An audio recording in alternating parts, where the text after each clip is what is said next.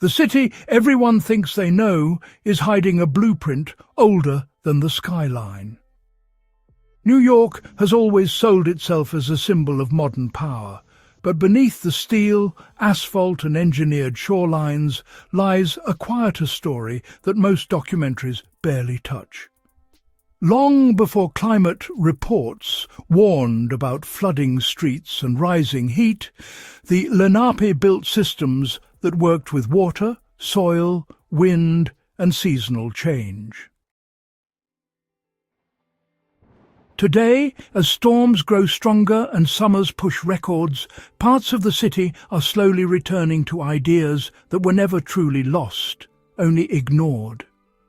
This isn't nostalgia or romantic history. It's about practical survival knowledge embedded into land use, drainage and design.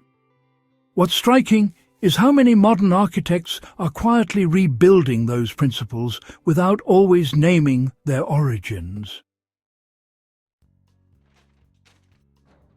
When you start connecting the dots, you begin to see the same logic shaping green roofs, redesigned parks and cooling corridors. The real question isn't whether indigenous wisdom applies to modern cities. The question is, how much of New York's future already depends on lessons written into the landscape centuries ago? The unseen blueprint lives quietly inside modern New York infrastructure. Walk through parts of Brooklyn or Queens and look beyond aesthetics. Green roofs spreading across brownstones don't just reduce energy bills. They echo older ecological thinking that treated rooftops as living surfaces rather than dead weight. The Lenape favoured balance between structure and soil, and today's rooftop gardens mimic that philosophy by slowing stormwater before it overwhelms sewers. You can apply this mindset anywhere by shifting focus from hard surfaces to layered systems. Even a small urban space benefits from planters, porous walkways, or native plants that absorb water rather than repel it. The lesson here isn't about copying history exactly. It's about understanding why resilience begins with how surfaces interact with rain and temperature. Natural drainage and permeable ground were never primitive ideas, but advanced environmental strategy. Modern park redesigns across New York City increasingly restore wetlands and water channels that resemble older Lenape land stewardship practices. Instead of forcing water into rigid pipes, designers now allow it to spread through soil, marshes and planted basins. This reduces flooding while improving biodiversity. For viewers thinking practically, this principle works at multiple scales. If you manage land, direct runoff toward vegetation instead of concrete edges. If you design spaces, consider slight elevation changes that guide water naturally. The reappearance of rain gardens and bioswales is not accidental. It's a return to understanding that water management begins long before infrastructure fails. Strategic tree placement and airflow show how cooling was once built into the land itself. Urban heat islands dominate conversations about New York summers, yet many Lenape settlement patterns emphasized wind flow and shaded pathways. Today's planners are rediscovering this through tree-lined corridors and ventilation-focused building orientation. The science behind it is straightforward. Trees lower surface temperatures, reduce glare, and create microclimates that make dense neighborhoods more livable. Applying this idea personally might look simple. Prioritize shade over decoration, position seating or outdoor areas where wind can move freely, and support native planting where possible. These small decisions mirror a much larger philosophy that sees cooling as a design outcome rather than an expensive technological fix. Locally sourced materials are returning because resilience favours what belongs to the land. Modern, eco-conscious construction increasingly uses reclaimed wood, regional stone, and low-impact composites. While these materials appear innovative, the logic behind them is ancient. The Lenape relied on resources that matched the local climate, reducing transport strain and improving durability.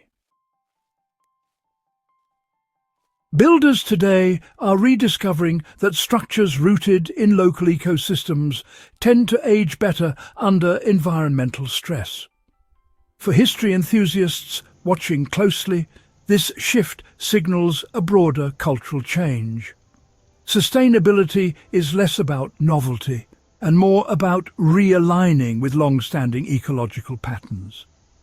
If you're planning any build or renovation, start by asking which materials naturally handle the weather conditions of your region rather than chasing trends.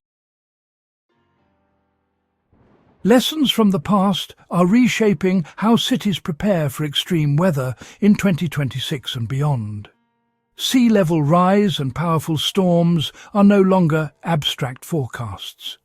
New York's shoreline projects now combine engineering with natural buffers like oyster reefs, wetlands, and planted barriers.